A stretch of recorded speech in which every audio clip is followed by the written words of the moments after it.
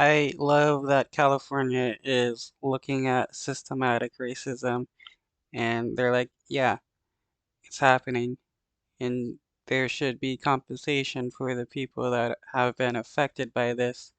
And they're going through with actual reparations for Black people, at least those that can trace their heritage back to slavery. The California State Reparations Task Force has been at work for almost 2 years now, studying and developing reparations proposals for Black Californians that can trace their heritage back to an enslaved person. And tomorrow, the task force will meet in Oakland for its next to final meeting. The group is expected to vote on its final proposals that are due out in July. ABC 7 News anchor and race and social justice reporter Julian Glover has a look at the work of the task force to date. More than 2 years after AB 3121 was signed into law by Governor Gavin Newsom, California's first-in-the-nation state reparations task force is nearing the end of its work and finally answering the question of what reparations could look like. So it's very work-intensive, it's very fast-tracked. I would say we're in the thick of the most challenging aspect of the work right now. Camila Moore is the chair of the task force that has a twofold mission. First, study slavery and its lingering negative effects on African Americans. And second, to develop proposals for remedies for the atrocities of that harm through policy changes and potentially cash payments. Thank you for this opportunity and the work you guys are doing. Those recommendations drafted at these public forums that traveled the state. We sat down with several members of the 9-person task force to get a better understanding of the recommendations that will be voted on this weekend and delivered to lawmakers in July. But first, let's start with why reparations, why now? You hear lots of folks say, well, California entered the Union as a free state. Right. Why should Californians Right. be on the hook for reparations? Right. So the idea that California has a role to play in this is actually very straightforward. And so when we think about lingering effects, we are thinking about things that are Jim Crow racism. We're thinking about the use of eminent domain in the dismantling of African American communities.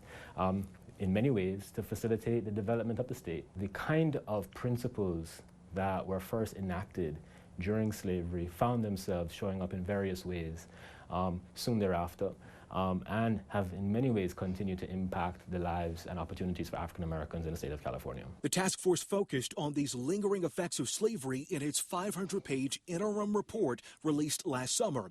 The report details 12 areas to be addressed, from the unjust legal system to housing discrimination, separate and unequal education to racism in the environment and infrastructure.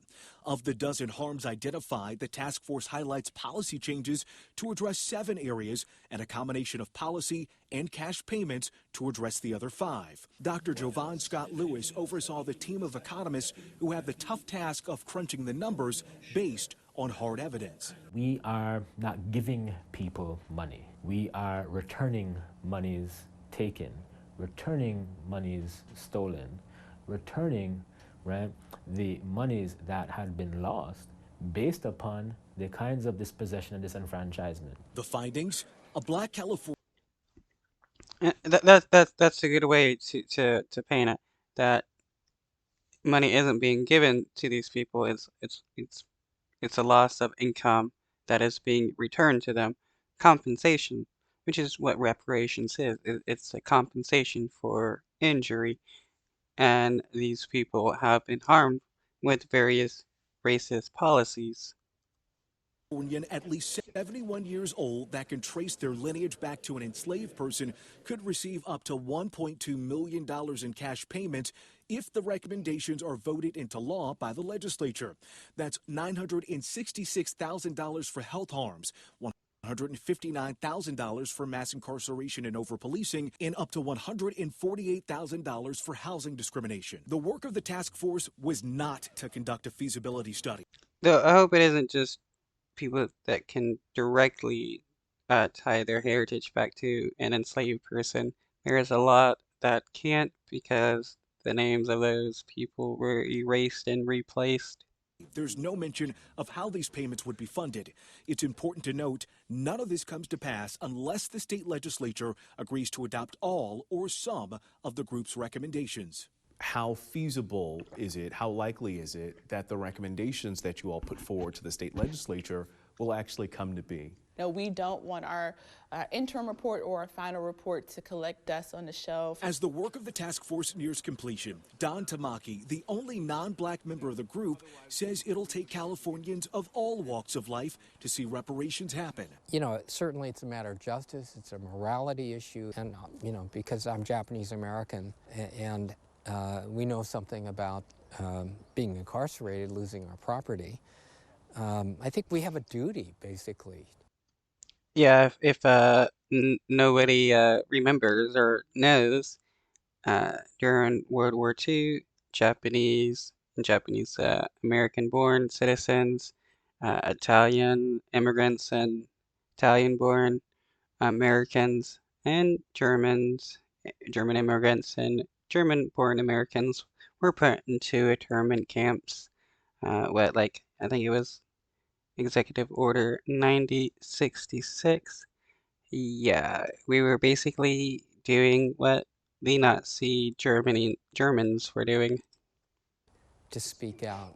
For the countless black Californians who've traveled the state closely watching the task force's work, they say the time to act is now.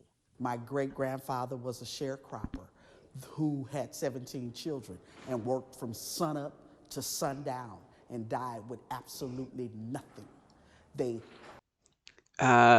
Yeah, sharecropping was something that did happen after slavery was abolished in sort of a way. 13th Amendment says that people can be enslaved as prisoners, which is why for-profit prisons arose after slavery. But sharecropping was a form of neo-slavery. Took his land and created laws to keep his land. What do you think he would say about you being here today, making sure your voice is heard, carrying on his legacy? I would hope that he would be proud and know that I stand on his shoulders, and there are no better shoulders to stand on.